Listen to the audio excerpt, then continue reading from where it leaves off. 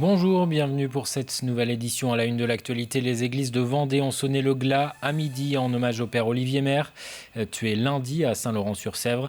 Les drapeaux ont également été mis en berne sur plusieurs bâtiments publics.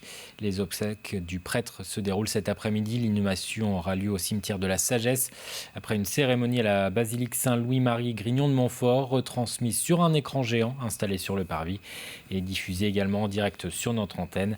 À noter que le ministre de l'Intérieur, Gérald Darmanin, a demandé au préfet de renforcer la sécurité des églises ce week-end.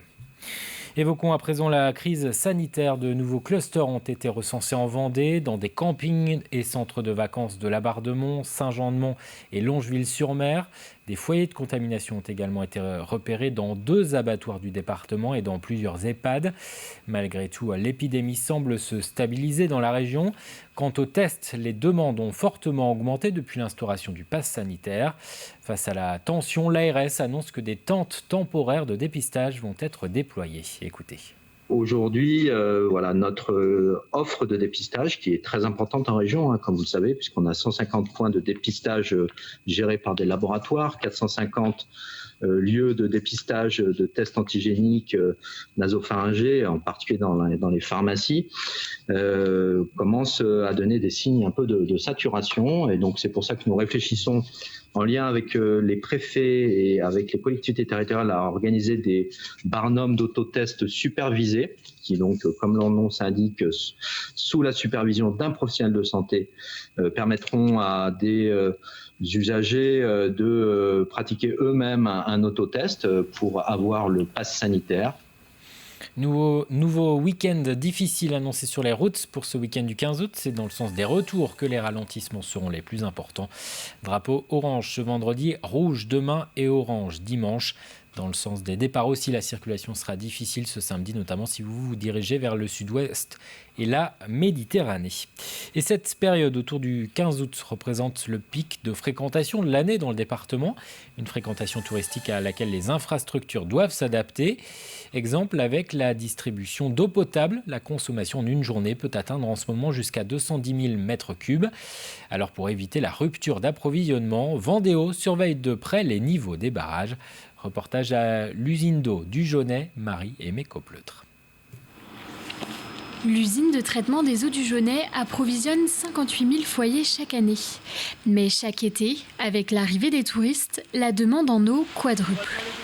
Sur le Jaunet, en hiver, on est sur des productions de l'ordre de 9 000 m3 jour, alors qu'en plein été, on est sur des productions qui montent jusqu'à 36 38 000 m3 jour. Pour répondre à la demande, l'usine ne s'arrête pas. Alors qu'elle fonctionne 7 à 8 heures par jour en hiver, la cadence est beaucoup plus forte en juin et juillet.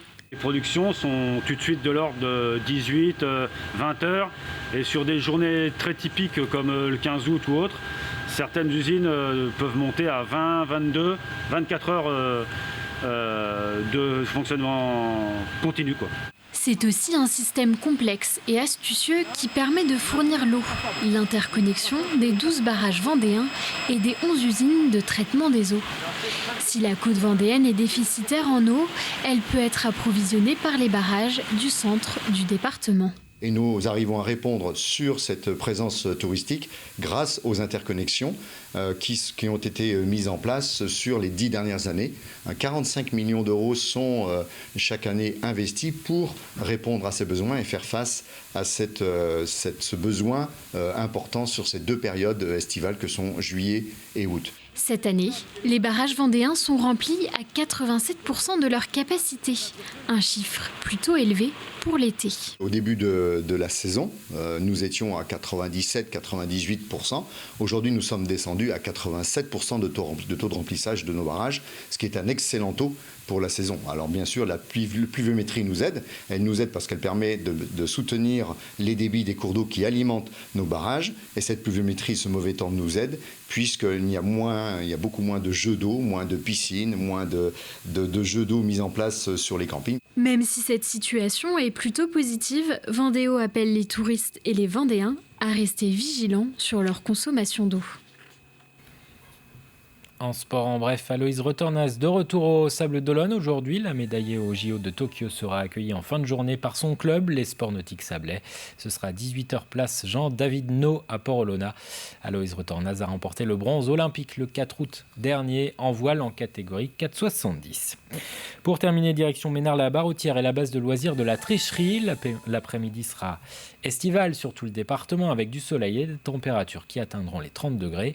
De quoi donner des envies de baignade. Et le lac de la Tricherie est l'un des sites les plus prisés du bocage, après avoir longtemps servi de base d'essai pour le constructeur de bateaux Jeannot. Reportage Grégoire de Châtillon. Le lac de la Tricherie, avec ses 17 hectares, c'est un peu comme la mer, mais à la campagne.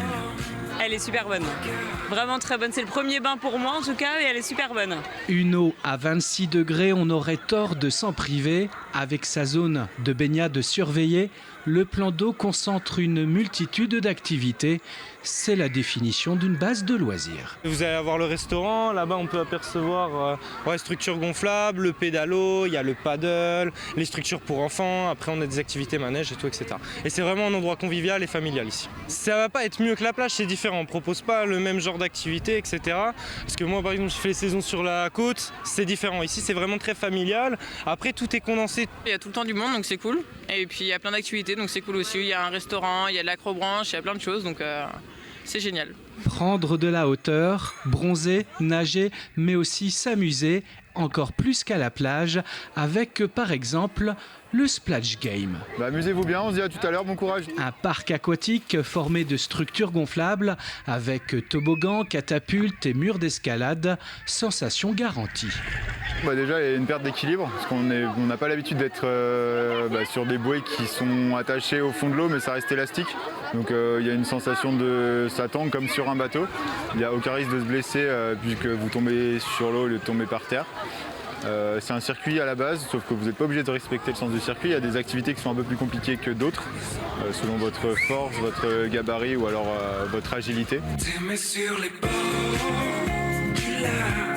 De l'herbe à la place du sable, de l'eau douce et plutôt chaude à la place de l'eau salée, il n'y a pas de quoi en faire des vagues, mais pour se rafraîchir et s'amuser grandeur nature, près des herbiers, on peut compter sur le lac de la Tricherie. C'est la fin de cette édition, merci de votre attention, très bon après-midi sur TV Vendée.